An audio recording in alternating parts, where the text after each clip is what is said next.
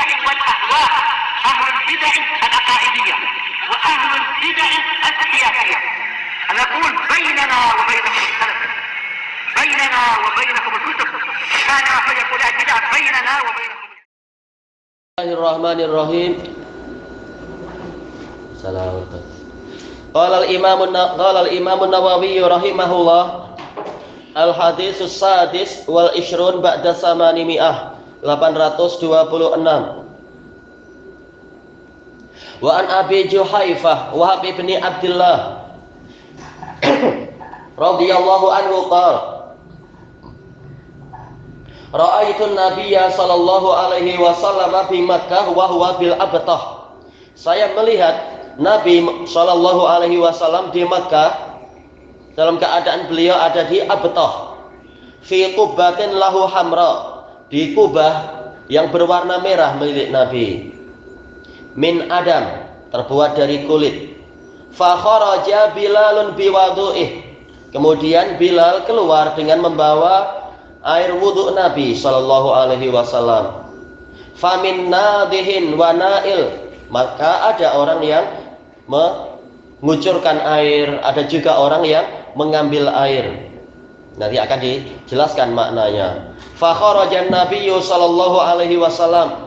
Kemudian Nabi keluar, Nabi sallallahu alaihi wasallam keluar, wa alaihi hullatun hamra, dan beliau memakai pasangan pakaian yang berwarna merah. Ka'anni anzuru ila bayadi saqai, seakan-akan saya melihat kepada putihnya kedua betis Nabi. Fatawadda'a wa adzana Bilal, beliau berwudu dan Bilal mengumandangkan azan.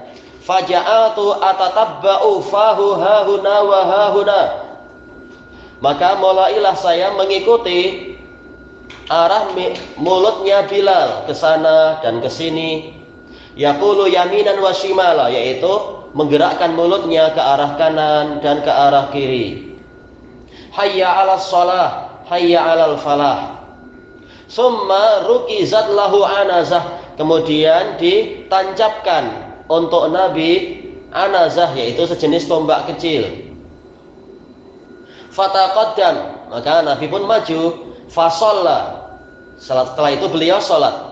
Yamurru baina yadaihil kalbu wal himar la yumna, ada anjing juga ada keledai yang lewat di hadapan beliau dan itu tidak dilarang. Muttafaqun alaih. Al-anazah bi fathin nun nahwul ukazah, ya istilahnya ukazah, intinya hampir sama, yaitu semacam apa? Semacam tombak, yaitu kayu atau tongkat yang ujung atasnya itu ada besinya. Baik. Apakah dia bengkok? Tergantung, ada yang menjadikan ada bengkokannya, ada yang tidak demikian. Baik, ini hadis Abi Juhaifah Wahab ibnu Abdullah radhiyallahu an menceritakan tatkala Nabi sallallahu alaihi wasallam melakukan manasik.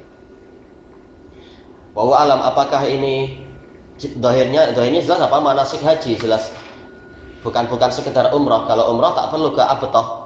Qala ra'aitun nabiyya sallallahu alaihi wasallam bi Makkah, saya melihat Nabi sallallahu alaihi wasallam ada di Makkah, wa huwa bil Abtah, dalam keadaan beliau di Abtah. Disebutkan oleh Al-Qadhi Al-Aini rahimahullahu taala di dalam kitab beliau Umdatul Qari, Abtah ini di Mina. Baik. Tatkala sedang mabit, bermalam di Mina. Fi qubbatin lahu hamra, Nabi sedang ada dalam kubah beliau. Berarti memang ada kemah, warna kemahnya itu merah. Min adam, yaitu terbuat dari jilid, dari kulit.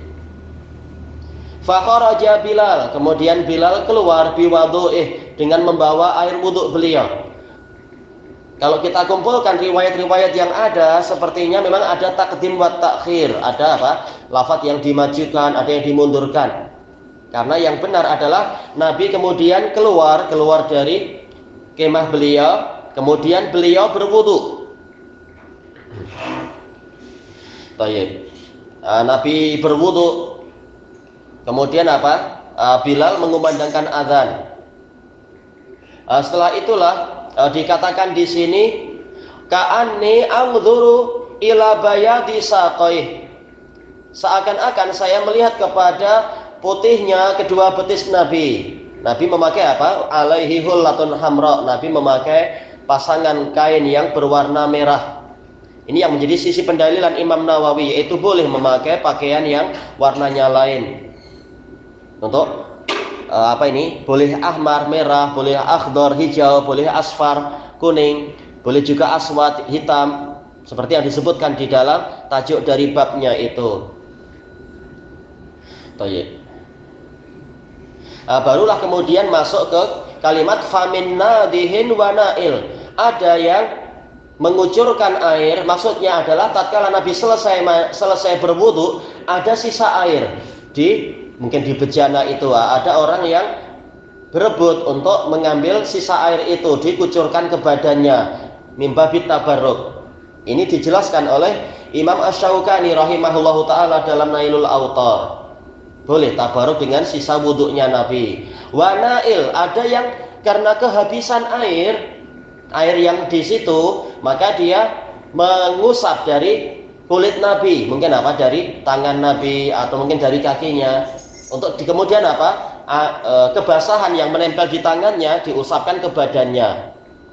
Atau boleh jadi ada yang mengambil dari temannya, setelah temannya mengucurkan air ke wajah, ke tangan, mungkin ke kaki, ke leher, temannya yang lain mengusap-ngusap bagian yang kena air Nabi tadi dari temannya itu.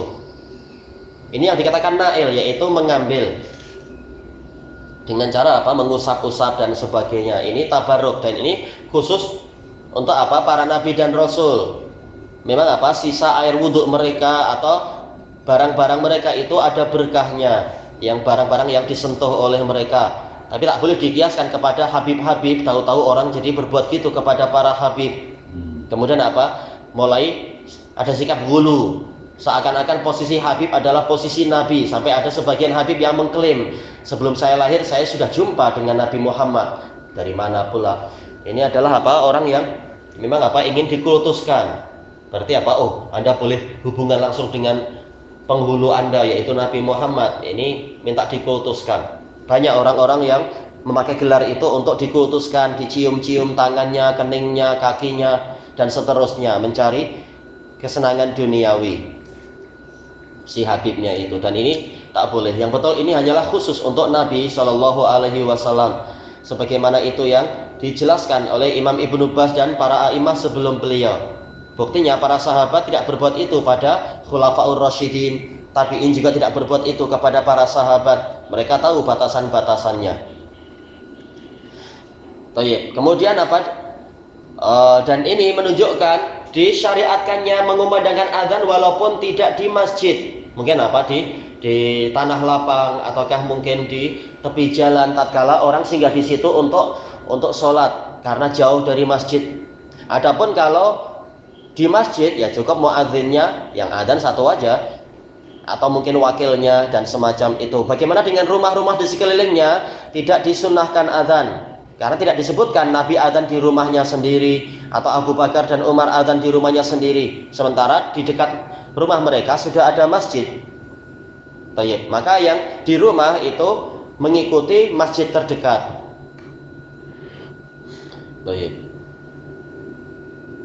Kemudian para fuqaha membahas bagaimana kalau masjid itu berdekatan, ada yang kecil, ada yang besar.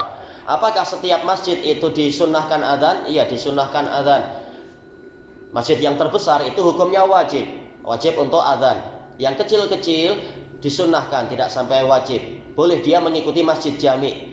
Tapi sunnahnya adalah karena dia sendiri adalah masjid, maka ada adzan di situ. Buktinya apa? Buktinya adalah di Madinah ada banyak masjid di zaman Nabi. Masjid Bani Zuraik dan beberapa masjid yang lain. Setiap kabilah memiliki masjid, tapi tetap masjid jami'nya adalah Masjid Nabawi itu. Masing-masing ada muadzinnya. Kemudian faja'altu atatabba'u fahu hahuna wa hahuna.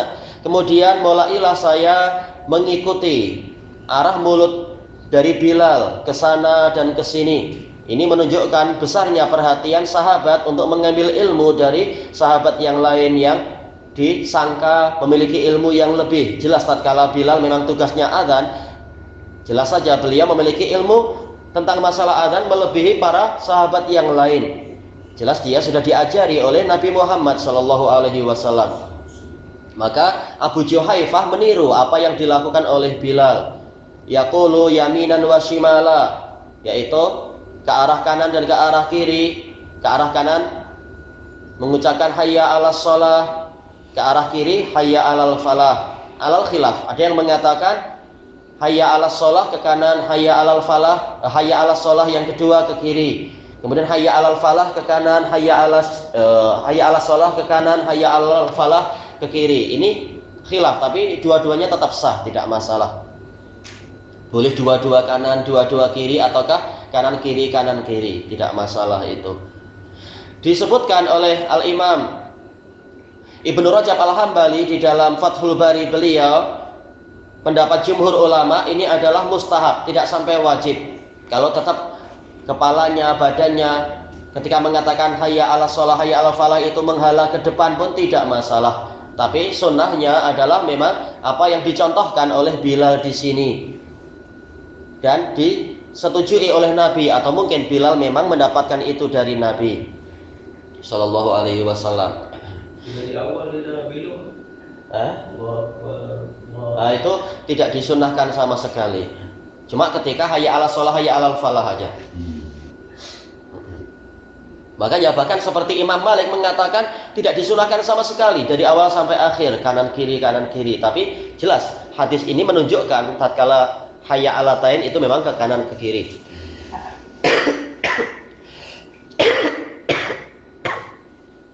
Dan jumhur ulama mengatakan tidak boleh untuk badan ikut, badan apalagi kaki ikut ke kanan ke kiri. Cukup apa, kepalanya saja ke kanan ke kiri. Dan para ulama, jumhur ulama disebutkan oleh Imam Ibnu Rajab, karena tidak mendapatkan istilah ijma, tapi apa, jumhurnya mengatakan disunahkan untuk menghala ke kiblat, sama saja dia itu adzan ataukah iqamat. Sunnahnya adalah menghadap ke arah kiblat. Kalau tidak demikian ya tetap sah. Baik. Kemudian untuk iqamat tidak disunnahkan untuk ke arah kanan ke arah kiri. Kenapa? Disebutkan oleh Imam Ibnu Rajab karena iqamat itu hanya untuk orang yang sudah di dalam masjid. Makanya tidak dibaca dengan suara keras dan tidak disunnahkan untuk naik ke atas suatu bangunan. Berbeda dengan masalah adzan. Adzan disunahkan di tempat yang tinggi memang untuk memanggil orang agar masuk ke masjid. Memang apa? Sehingga perlu ke kanan, ke kiri. Tatkala hayya 'alas shalah, marilah menuju ke salat. Dan hayya 'alal falah, marilah menuju kepada kebahagiaan.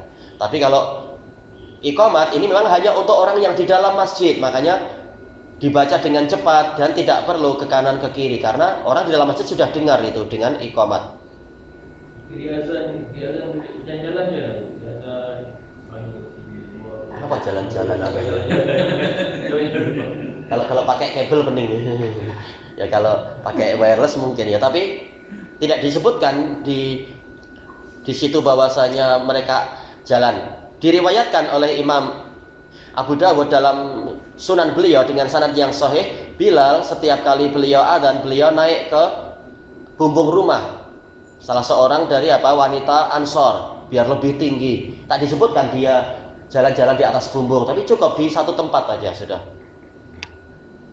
Apalagi ini perlu konsentrasi kan ya. Nanti nggak konsentrasi jatuh atau menginjak bumbung yang lembek ke apa. Emang tak boleh jalan sana sini. Kemudian disebutkan di sini summa rukizat lahu anazah. Kemudian ditancapkanlah untuk Nabi anazah. Tujuannya adalah sebagai sutroh untuk menghalangi benda-benda itu berlalu di hadapan orang yang sholat, di hadapan Nabi. Fataqaddam, dan kalau jumhur ulama mengatakan mustahab. Karena apa? Ada beberapa riwayat menunjukkan tidak ada dinding dan tidak ada tongkat dan sebagainya. Memang pendapat mereka kuat, tapi untuk lebih hati-hatinya karena riwayat banyak sekali Nabi mencontohkan pakai itu dan Nabi menyebutkan alasannya agar sholat itu tidak terpotong, maka apa? Maka pakailah itu. Anazah minimalnya adalah sunnah muakkadah, yang mengatakan wajib pun kuat sekali agar sholat itu tidak tidak dirusak, tidak dipotong oleh sesuatu. Kalau tinggi dia selingkal boleh. Apa itu? Tinggi. Kalau Nabi mengatakan apa? Mithlu muakhiratir rahl, seperti bagian akhir dari pelana. Kata para ulama yang dinukilkan oleh Imam Syaukani itu, dia itu adalah zira atau salah satu arba. Satu zira, satu apa itu? Hasakah ya? Mungkin yaitu dari ujung jari tengah sehingga mencapai ke siku. Atau seperti 3/4-nya. Jadi jangan terlalu pendek. Mana baca faedah siasatnya tu jangan kurang daripada selingkar. Selingkar ini. Iya.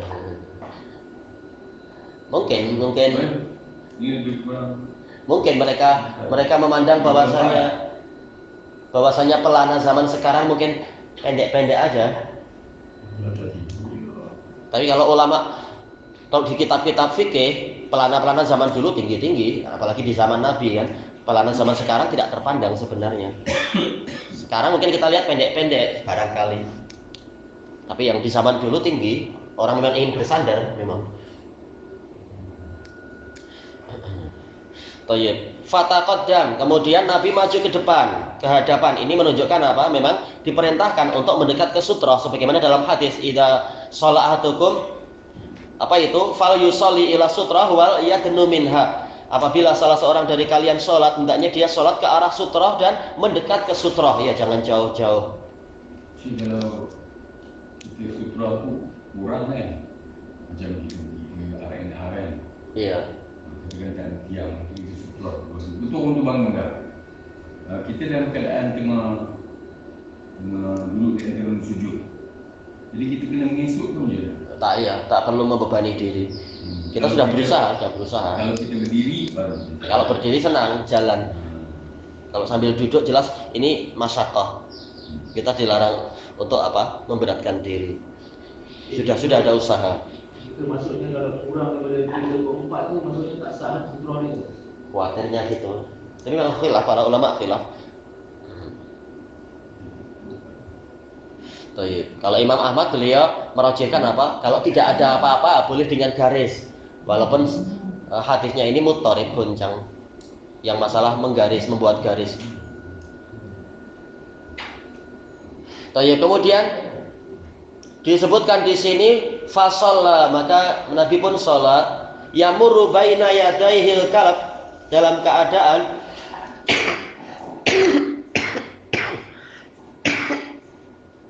anjing wal himar lewat di hadapan beliau, la yumna, tidak dihalang. Maksudnya adalah kata para pensyarah memang di hadapan beliau namun di balik sutrohnya. Kalau tidak apa gunanya sutroh? Kalau ujung-ujungnya yang lewat sangat dekat pun dibiarkan, tapi maksudnya adalah yang di belakang sutrohnya. Karena apa? Hak kita memang hanya yang jarak sutroh itu aja, yang di belakang itu bukan hak kita, terserah. Yang agak jauh-jauh sutra tujuannya adalah untuk membatasi agar benda-benda itu atau orang tidak terlalu dekat dengan kita kalau mau berlalu, mau melintas.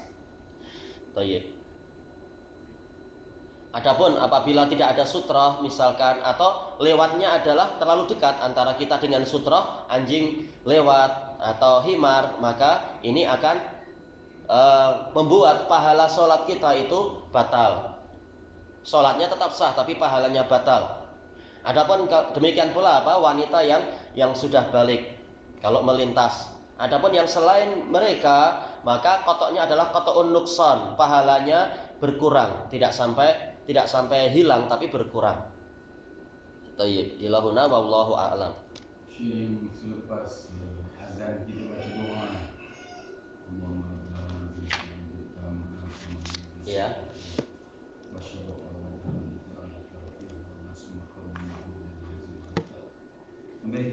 Iya betul. Masalah ziyadah innaka la tukhliful mi'at, kalau tak salah itu ziyadah dalam riwayat Tirmidzi dan dia muttarifah ziyadahnya itu. Tapi asal doanya, doa selesai adzan itu muttafaqun alaih, riwayat Bukhari Muslim.